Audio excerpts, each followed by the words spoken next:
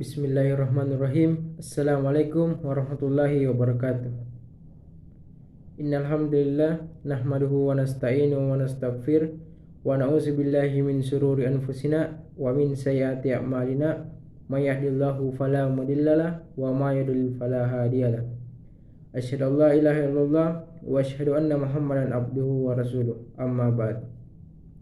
Puji syukur panjatkan kehadirat Allah Subhanahu wa taala yang mana telah memberikan kita nikmat kesehatan dan kesempatan, yang dimana pada hari ini kita masih sempat melaksanakan presentasi dalam hal ini oleh kelompok 5. Kemudian salam serta salawat kepada junjungan kita Nabi Muhammad SAW, ialah Nabi yang menjadi suri teladan bagi kita semua, terkhususnya untuk umat Islam. Baik, kita akan membawakan sebuah presentasi dari kelompok 5, yakni bertemakan akhlak dalam berkeluarga. Sebelum masuk kepada materi presentasi, saya akan memperkenalkan nama-nama teman saya. Pertama, saya sendiri atas nama Muhammad Ihdin Karyansyah. Kemudian yang kedua, Sul Isam Ashar. 3, Mutiara Amanda. 4, Nur Asisa. Baik, untuk mempersingkat waktu, kami melangkah pada agenda pertama, yakni pembacaan ayat suci Al-Quran oleh saudari Nur Asisa, dan kepada saudari saya persilahkan dengan hormat. A'udzu billahi minasyaitonir rajim.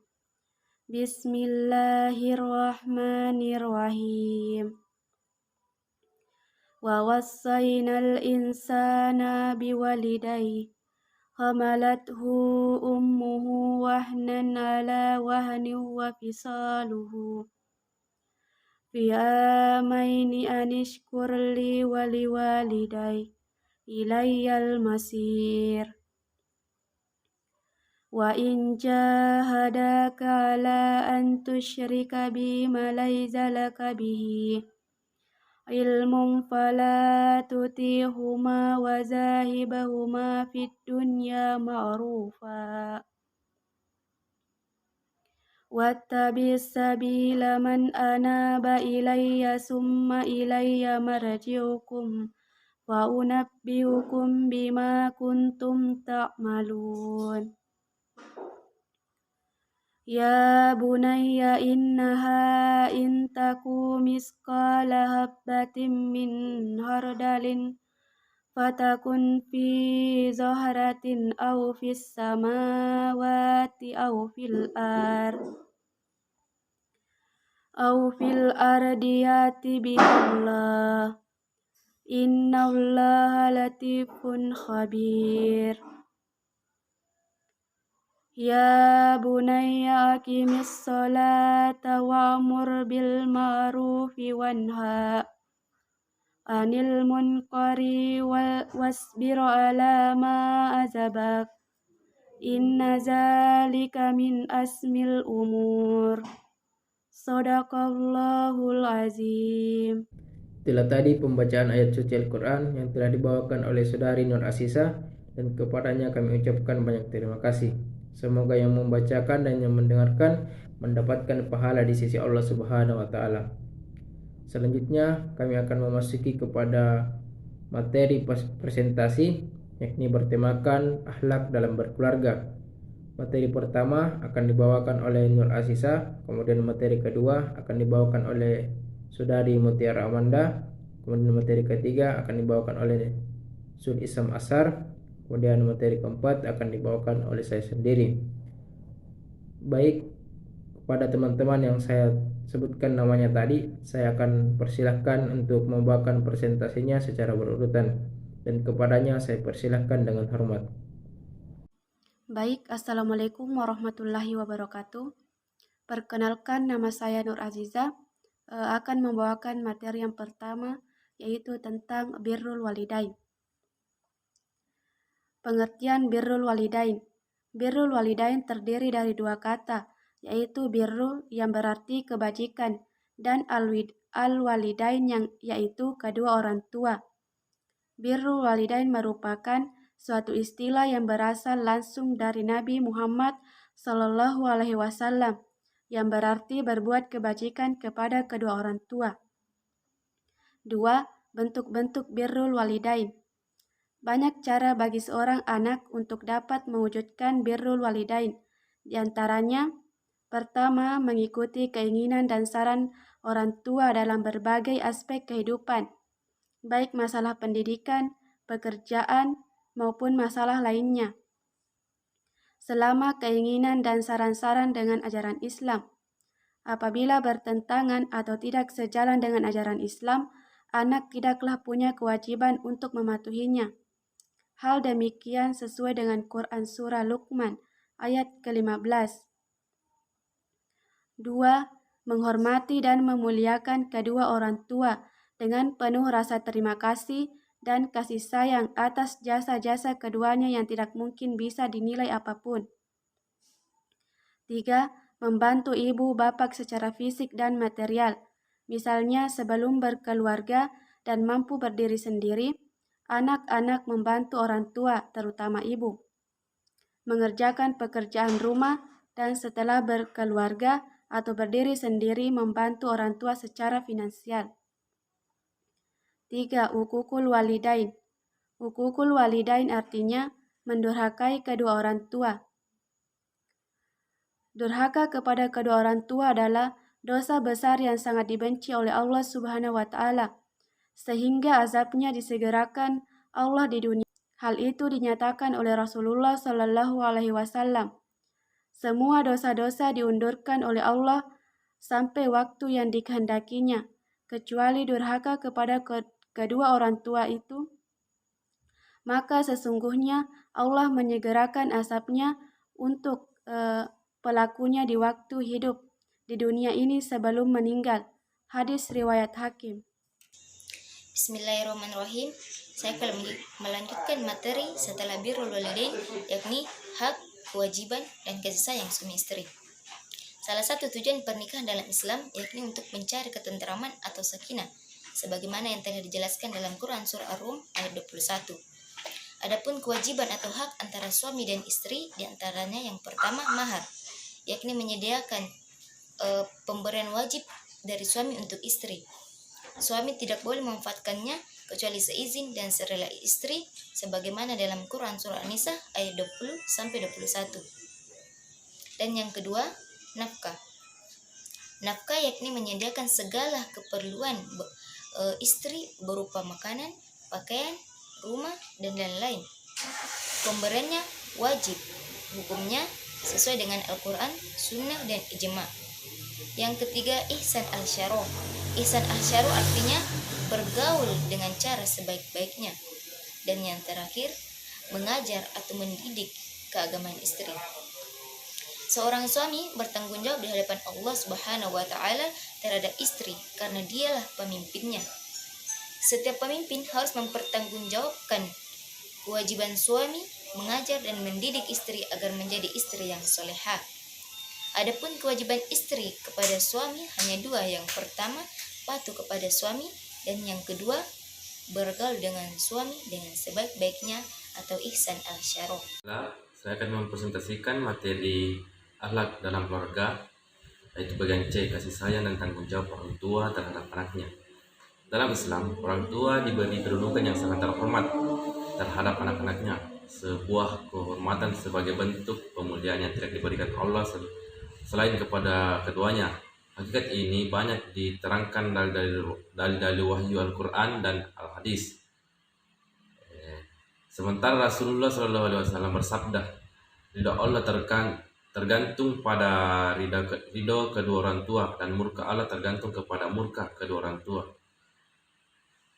Beberapa hal yang harus diperhatikan dalam kewajiban orang tua terhadap anak-anaknya, diantaranya yang pertama, kewajiban memimpin.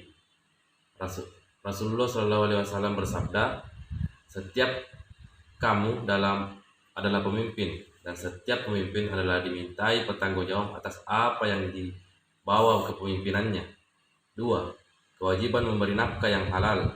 Islam dengan sangat terang menegaskan bahwa kewajiban setiap ayah untuk memberikan nafkah kepada istri dan anak-anaknya. 3. Kewajiban mendidik. Rasulullah Shallallahu Alaihi Wasallam bersabda, setiap bayi dilahirkan dalam keadaan fitrah, tergantung kedua orang tuanya secara sadar atau tidak hendak membentuk mereka seperti apa, akan membentuk anak-anak yang soleh yang menyejuk pandangan mata siapapun yang mengenalnya. Model pendidikan orang tua menjadi kunci utama seberapa berhasil membentuknya anak-anak menjadi anak yang soleh. Oleh karena itu, orang tua harus menentukan apa yang diajarkan kepada anak-anak dan bagaimana metodologi pendidikan terefektif. Mungkin itu saja dari saya. Sekian dan terima kasih. Baik, saya akan melanjutkan materi keempat, bagian D, yakni silaturahim dengan karib kerabat. Silaturahim berasal dari dua kata bahasa Arab, yakni sila dan ar-rahim. Sila yang berarti hubungan atau tali, kemudian ar-rahim yang berarti rahim. Jadi silaturahim merupakan suatu hal yang mempunyai hubungan dengan rahim, yang kemudian ini erat kaitannya dengan kasih sayang, sebagaimana yang telah difirmankan oleh Allah Subhanahu wa taala pada Quran surah An-Nisa ayat 1. Selanjutnya, bentuk-bentuk silaturahim. Pertama, berbuat baik. Tentunya Allah Subhanahu wa taala mencintai dan menyayangi makhluknya yang selalu berbuat baik, apalagi sesama manusia atau sesama makhluk yang diciptakan oleh Allah Subhanahu wa taala.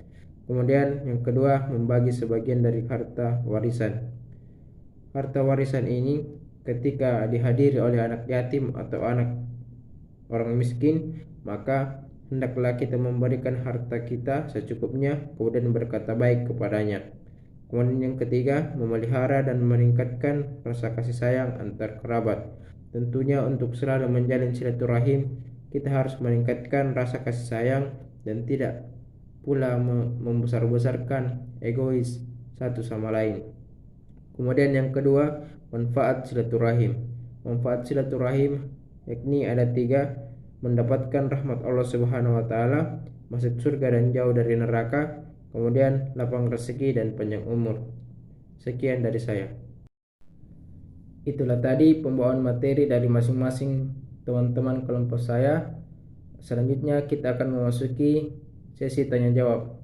Sebelumnya telah ada 3 pertanyaan dari masing-masing kelompok sebagai perwakilan. Ini 3 pertanyaan, dan kepada teman-teman kelompok saya persilahkan dengan hormat untuk menjawab 3 pertanyaan tersebut. Kepadanya saya persilahkan. Bismillahirrohmanirrohim. Saya akan menjawab pertanyaan dari Saudari Nur Hidayah, perwakilan dari kelompok 1. Adapun pertanyaannya yaitu, bagaimana seseorang atau mereka yang telah menikah bisa menyeimbangkan antara perintah dan bersatu demi menghormati orang tua dan pasangan setelah menikah? Untuk menghormati kedua orang tua setelah menikah, tentunya kita tetap menghargai orang tua kita sebagaimana orang yang telah membesarkan kita, sehingga rasa kehormatan kita tetap terhadap kedua orang tua tetap terus terjaga dan terjalin silaturahimnya. Kemudian untuk menyeimbangi menghormati orang tua dan pasangan, tentunya sebelum menikah, usahakan untuk mencari pasangan yang dapat saling mengerti dan tidak mementingkan egonya. Kemudian setelah menikah itu segala sesuatu sudah diatur oleh keluarga yang sudah menikah, akan tetapi tetap memperhatikan pertimbangan dari orang tua dan juga meminta nasihat dan sebagainya.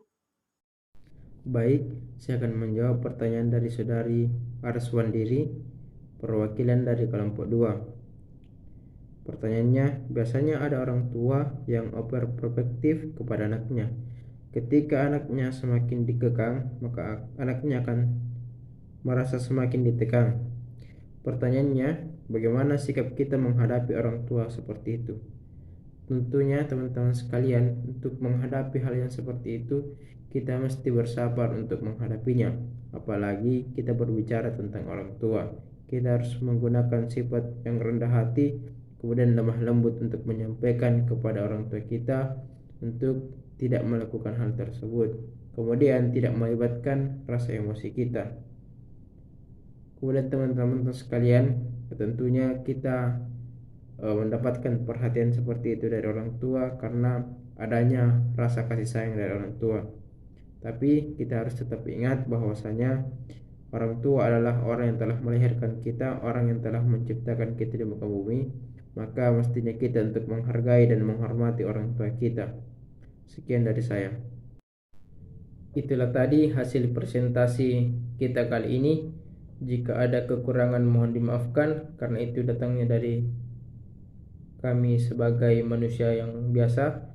Kemudian jika ada kebenaran yang tersampaikan, maka itu datangnya dari Allah Subhanahu wa taala. Kurang lebihnya mohon dimaafkan. Nun wal qalami wa ma yasturun. Fastabiqul khairat. Assalamualaikum warahmatullahi wabarakatuh.